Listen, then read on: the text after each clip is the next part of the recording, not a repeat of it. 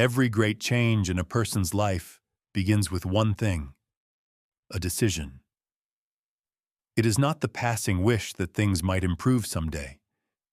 It is the calm but absolute moment when the mind says, from this point forward, things will be different.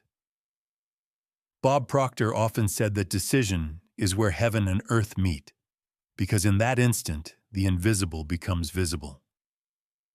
A real decision cuts off every other possibility. The word itself comes from the Latin decidere, to cut away. Most people never experience the power of a true decision. They live in a cycle of hesitation, asking for signs, waiting until circumstances look safer. They confuse wanting with deciding. Wanting is passive. Deciding is creative. When you truly decide, you do not wait for the path to appear. The act of decision creates the path.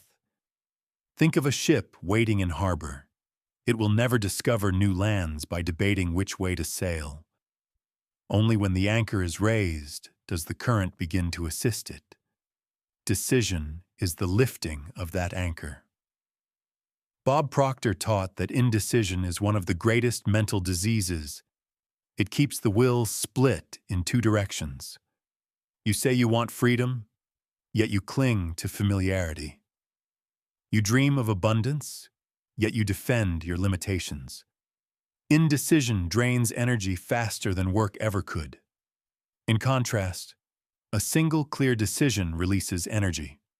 It gathers the scattered forces of the mind and focuses them like a beam of light. Every creative person, every inventor, every leader has lived from that place of definite decision. If you trace any major success back to its beginning, you will always find a moment of commitment. Not when the person was ready, but when they chose to move anyway. Read the stories of people who transformed their lives, and you will find the same pattern repeating. First, a decision. Second, a way. And only third, the visible results. Decision precedes resources. Most people reverse the order. They wait until money, time, or confidence appear, then promise to decide. But those resources respond to conviction, not caution. Bob used to say, when you make a decision, you flip your mind onto a higher frequency. That frequency attracts ideas, people, and opportunities that could never have reached you while you were wavering.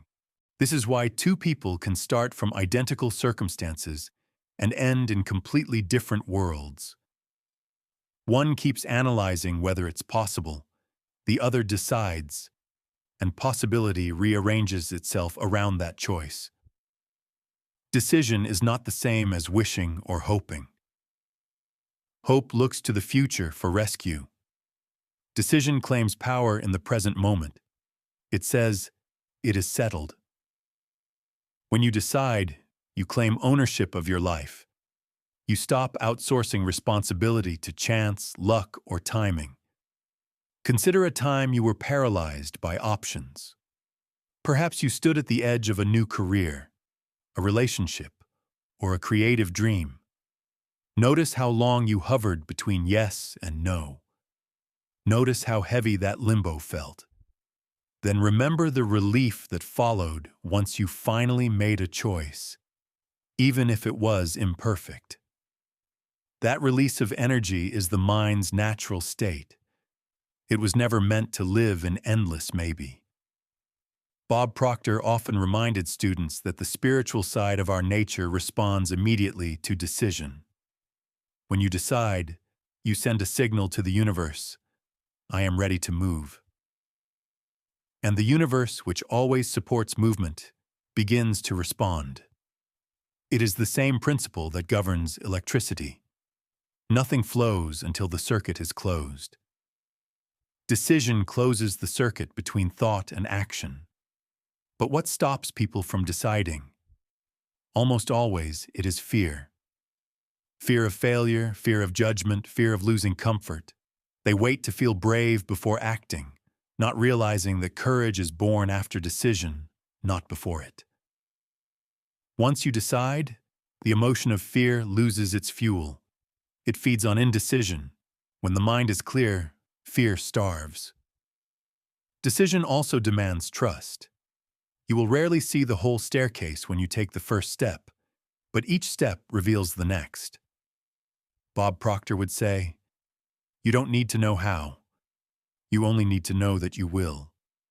The how belongs to faith and imagination. The that belongs to you. Every advancement in your life, earning more, healing, meeting the right people, is waiting on one thing: a decision that aligns with the person you wish to become. Think of the mind as a garden divided in two. On one side grows hesitation, on the other, decision. Hesitation produces weeds of confusion. Decision plants clear direction. Whichever side you water will dominate your landscape.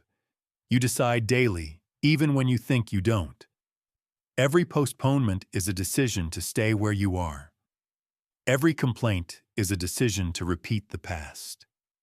The key is to become conscious of this power. Start small. Decide the time you wake, the tone of your morning, how you respond to difficulty. Each minor decision strengthens the mental muscle of conviction. Soon, larger choices feel natural. Decision is not reckless impulsiveness. It is deliberate commitment followed by intelligent action. Once you decide, analysis turns into planning, and planning turns into movement. Bob Proctor taught that indecision weakens willpower. The will is the executive faculty of the mind. Its job is to hold focus on a single idea until that idea becomes form. When you decide, you direct the will. When you refuse to decide, the will drifts and your power diffuses. Every genius in history mastered this ability. They cultivated the habit of immediate decision and the discipline of slow reversal. They trained themselves to choose quickly when they recognized truth, and to stand by that choice long enough for it to bear fruit. This habit builds self-confidence. Confidence is not knowing the outcome. It is knowing that whatever the outcome, you can adjust. Bob often shared that confidence is earned through repeated decisions. Each time you follow through, you prove to yourself that you are reliable. Each act of follow-through deposits trust in your inner bank. Eventually, the fear of failing becomes smaller than the pain of not trying. That is when you cross a threshold in consciousness. Decision also reveals identity. You can know a person's self-image by observing how they decide. Those who see themselves as victims wait for permission. Those who see themselves as creators act from initiative. So the next time you catch yourself hesitating, ask, who am I being right now, the creator or the victim? Then decide in favor of the creator. Decision is not always loud. Sometimes it is a quiet, private vow. I will not think this way again. I will treat my body with respect. I will create something meaningful. No one else hears it, yet that inner vow begins to reorganize reality. All movement starts inside. The outer world only mirrors the decision that has already taken place within. If you decide to be calm, you begin noticing peace where chaos once lived. If you decide to prosper, you begin noticing opportunities where scarcity once seemed constant. The change is not magic. It is alignment. Bob Proctor used to hold up a simple card with the words, "I am so happy and grateful now that..." He told students to fill in the blank with their chosen result and carry it everywhere. That card was a daily reminder of decision. It signaled to the subconscious, this outcome is no longer a wish. It is a fact in progress. Over time, the subconscious accepts it as truth, and behavior naturally adjusts to match it. Decision works hand in hand with persistence. Once you decide, Obstacles are no longer reasons to quit. They are part of the terrain you already accepted. The mind that has decided views problems as temporary detours, not verdicts of impossibility. Decision and persistence are twins. One begins the journey, the other finishes it. Many people make a decision once, then abandon it when results delay. They mistake slow growth for failure. In truth, every powerful decision must travel through time before it can materialize in form. When you decide, invisible forces begin to move. But those forces need consistency from you. Each day you hold to your choice, you strengthen the signal. Each day you waver, you weaken it. Think of tuning a radio. If you keep twisting the dial, the music keeps breaking up. Hold the station long enough, and clarity appears. Persistence is simply staying on the same frequency long enough for the song to come through. Bob Proctor used to quote Napoleon Hill, "A quitter never wins, and a winner never quits." He would smile and add, "The winner decided, the quitter only wished." Persistence is proof that the decision was real. You can measure the strength of a decision by how you behave after enthusiasm fades. When the initial excitement disappears, what remains is commitment. Commitment does not rely on emotion, it rests on principle. It says, "I gave my word, and my word is law to me." At that level, you become trustworthy to yourself. The universe responds to integrity because it mirrors order. When your word and your actions align, you emit coherence, and coherent energy is magnetic. There will always be tests after a decision. These are not punishments. They are calibrations. The moment you choose a new path, the old paradigm tries to pull you back. It whispers reasons, resurrects doubts, resurrects comfort zones. These moments exist to help you prove that your decision was genuine. Bob often called this period the terror barrier, that invisible wall between the known and the unknown. Everyone meets it when stepping into a higher vibration. It feels like anxiety, resistance, even chaos. But if you keep moving through it, the wall dissolves, and you realize it was made only of thought. Each time you cross a terror barrier, the next one becomes thinner. Confidence grows because evidence replaces fear. You begin to realize that decision is not a one-time flash of courage, but a lifestyle of forward movement. To live decisively is to live deliberately. It means you no longer allow moods, weather, or the opinions of others to determine your direction. You choose the state you will occupy, then act from it. That is emotional maturity, the ability to decide your vibration. The higher mind cannot assist a person who refuses to choose. The moment you choose, guidance flows, ideas come, helpers appear, timing improves. It feels like coincidence, but it is law responding to clarity. When indecision returns, pause, breathe, and remind yourself, "I have decided." The outcome is already forming.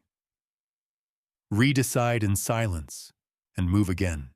True decision is not limited to goals. It reaches into identity. At some point, you must decide who you are. Not what others said you were, not what your past suggested. Who you truly are. Every transformation begins with that declaration. Say quietly, "I am the thinker of my thoughts, not their servant." Say, "I am the cause, not the effect." These are decisions of consciousness. They shift you from victimhood to authorship. Once you decide who you are, decisions about action become simple. The person who decides, "I am a disciplined creator," no longer argues with themselves about motivation. They act because it is consistent with their identity. Identity is the root. Behavior is the branch. Change the root, and the branches grow new fruit automatically. Bob Proctor would remind audiences, "You are God's highest form of creation. Act like it." That statement was never arrogance. It was responsibility. To recognize your creative power is to accept stewardship of your mind. Every morning offers you a blank canvas. You can decide what emotional color to paint with. If you choose gratitude, the day will reveal beauty.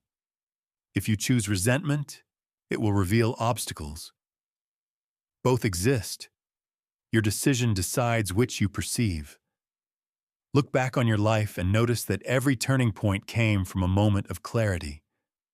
A relationship you entered or left, a move you made, a risk you took.